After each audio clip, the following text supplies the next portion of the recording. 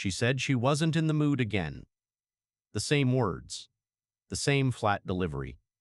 But she was declining a calendar invite she didn't care about. I didn't push. I didn't ask what was wrong.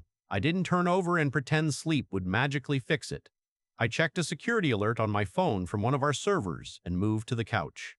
Not as punishment, just to remove myself from a space where I clearly wasn't needed anymore. By morning, everything looked normal. Coffee, a quick kiss on the cheek, a comment about back-to-back interviews. She reminded me she'd be late. Something about a strategy sync with Mark.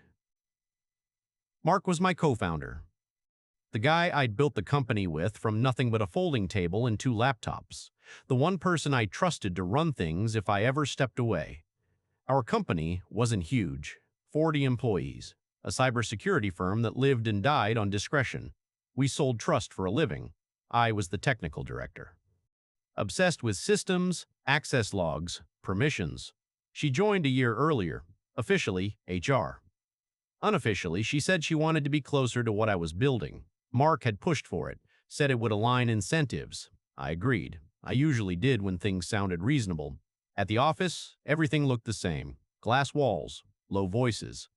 Slack notifications chiming like background noise. I heard her laughing near the break room. Mark's voice carried farther than it should have. I walked past without stopping. I was already late for a client call, already lost in my head. That afternoon, my laptop died in the middle of a demo. I grabbed hers from the shared desk in our home office. We'd done it 100 times. Same passwords, same trust. I plugged it in and waited. Slack opened automatically. No dramatic reveal. No explicit messages jumping out. Just a thread that was already open. Their names. Her profile picture. His reaction emoji stacked under a message I wasn't meant to see. It wasn't what they said. It was how easy it looked. The timestamps, the inside jokes, the shorthand about meeting rooms that didn't need explanation. I closed the laptop carefully, like nothing had happened. For days after, she stood in doorways asking if we were okay. I told her I was just busy. That wasn't a lie. I didn't confront her. I didn't reread the messages. One look was enough to understand the shape of it. Comfort like that doesn't appear overnight. It's built quietly, repeatedly, in places it shouldn't exist. At work, I stayed in my lane, reviewed code, joined calls, signed off on audits. From the outside, nothing changed. Inside, I stopped watching people and started watching patterns. Access times. Room bookings. Calendar overlaps that didn't make sense on paper but made perfect sense once you stopped pretending. Mark started canceling our one-on-ones, said sales were heating up, investors asking questions, pressure everywhere. He sounded energized, focused. He'd started using her phrases, same cadence, same words about alignment and growth. Subtle enough that no one else would notice. I did. Late one evening, one of our senior engineers lingered near my office. Alex had been with us since the early days. Quiet, reliable, not a gossip. When he spoke, it was usually because something was broken. He mentioned casually that finance had flagged an anomaly. A vendor contract that hadn't existed 6 months ago but was suddenly pulling regular payments. He assumed it was part of a new sales initiative. Mark's area. I told him I'd look into it. At home, she barely noticed me. She scrolled through her phone in bed, always angled away. When I moved to the couch again, she didn't stop me. No questions. No tension. Just relief.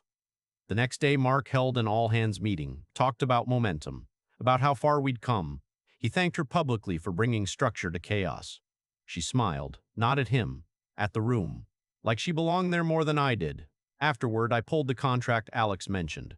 Clean on the surface. Too clean. Generic language. Vague deliverables. A consulting firm registered out of state. I followed the payment path the way I always did, one hop at a time. The address led to a shell account. The shell account led to someone I recognized. I didn't save the file on my work machine. I exported everything to an encrypted drive and put it in my bag. That night, she asked if I was mad. I said I was tired. That wasn't a lie either. Once I started looking, nothing felt accidental anymore. I pulled logs during lunch, small windows when no one asked where I was. Badge access late at night. Conference rooms marked canceled but still used. VPN connections routed through our own infrastructure. Masked well enough to fool anyone not looking for intent. The Slack thread was still there on her laptop. I didn't open it again. I watched metadata instead. Message frequency, reaction timing, their online statuses mirroring each other even when calendars said they were in different cities. At home, she talked about culture initiatives and exit interviews. She spoke in summaries, like she was reporting to a board instead of a husband. When I nodded, she relaxed. Silence worked better than questions. It gave people room to make mistakes. Mark stopped copying me on money emails. Not all of them, just enough. The vendor contract turned out to be one of three. Different names, same structure, same routing. The funds moved slowly and carefully, like someone trying not to wake a sleeping system. I built that system. One evening, she took a call in the other room. She laughed softly, controlled. The kind of laugh you only share when you feel safe. When she came back, she said it was Mark, stressed about a client dinner on the road. She said his name too easily. I didn't react. I watched another payment clear. The proof didn't arrive all at once. It stacked. Financial trails, archived logs, shell registrations tied to an address Mark once joked about using for tax reasons. I didn't screenshot their messages. That wasn't the leverage that mattered. At the office, people started treating me differently without knowing why. Conversations stopped when I walked by. Not fear, uncertainty. Mark had been positioning himself as the voice of the company. I let him. The more visible he became, the fewer places he could hide. She changed too, dressing differently, staying later, coming home energized, then distant. When she asked if I was sleeping on the couch because of work, I said yes. That night, I backed everything up to 2 locations and locked the drive away. I wasn't collecting memories, I was preparing exits. I didn't disappear all at once. I reduced my presence until it stopped being felt. Delegated things I'd always handled myself. Let senior engineers take code reviews. Let finance approve vendors. I stopped correcting Mark in meetings when his numbers were optimistic. He mistook my silence for agreement. At home, I packed a bag without ceremony. Clothes. Laptop. The encrypted drive. I left during the day while she was busy running interviews. No note, no message.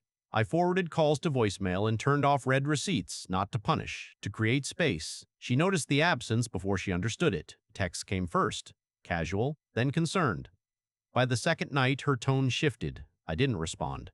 I drove 2 states away and checked into a hotel under my middle name. Paid in advance. Clean network. From there, I watched her badge activity spike. Late entries. Early exits. Mark's matched hers almost perfectly. Their routine tightened, like they were compensating for something missing. At the office, rumors started. Not about me. About them. On the 3rd day, Mark called. Voicemail about an urgent escalation. He sounded irritated, not worried. He assumed I'd step in like always. I didn't. Instead, I filed paperwork. The divorce went through first. Clean. Precise. No accusations. Just dates, assets, signatures. The lawyers specialized in quiet separations. They asked if I wanted to confront her. I said no. At the company, I initiated an internal audit under the guise of compliance updates, routine enough not to alarm anyone. External auditors. Limited access. Mark approved it without reading the scope. That evening, she emailed me. Long, emotional, asking where I was, saying she felt shut out. I read it once and archived it. The next morning, Mark's shell accounts were flagged. By the end of the week, I hadn't raised my voice once, but everything they relied on had started moving without them. Mark didn't realize anything was wrong until systems stopped responding the way they always had. The auditors asked for documentation, invoices, proof. He stalled. Every hour he waited made the hole deeper. Patterns don't lie. Tensions surfaced at the office. Finance asked questions. HR overstepped. She tried to smooth things over, made it worse. Boundaries blurred. People noticed. She came home early one afternoon to a quiet house. No lights, no laptop. She waited like I might appear. Instead, she checked her phone. That was when she realized I wasn't watching anymore. Mark called again. This time, tight. Mentioned legal exposure. Still thought this was a partner conversation. The auditors requested a board meeting. We'd never had one. I scheduled it anyway. I joined last. Camera on, neutral background, no greeting beyond a nod. Mark froze when he saw me. The auditors spoke. Calm, methodical, inconsistencies, missing deliverables, routing violations. Mark tried to interrupt. He couldn't. I confirmed facts when asked, nothing more.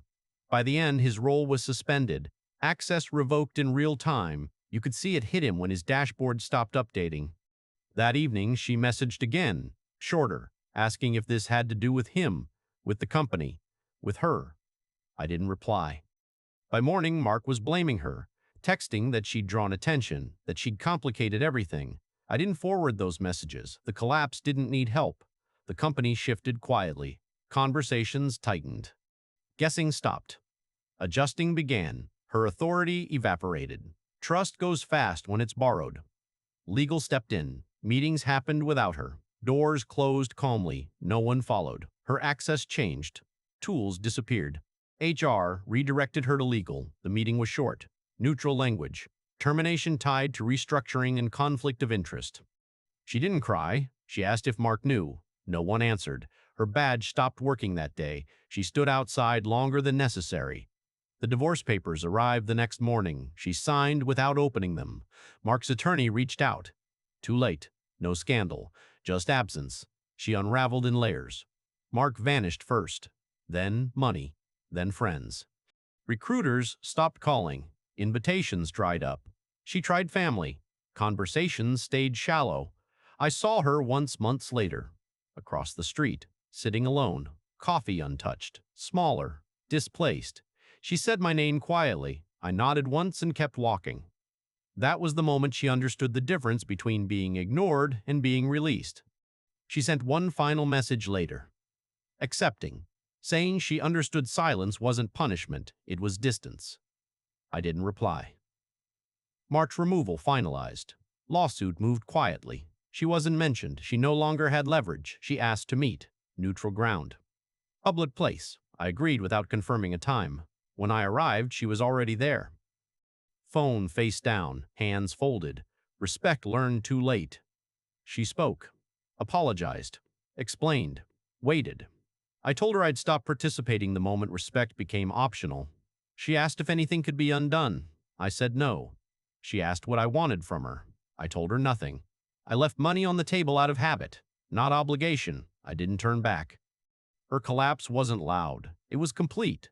I moved back into the house alone, removed what didn't belong, decommissioned what couldn't be trusted.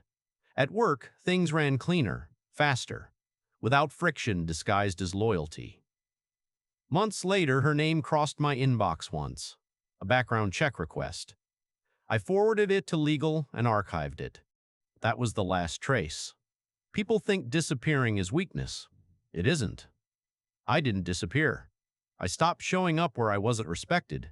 That cost me a marriage. It gave me back my life. There was no victory speech, just continuity. The systems held. I moved forward. And I never went back to check who was still standing behind me.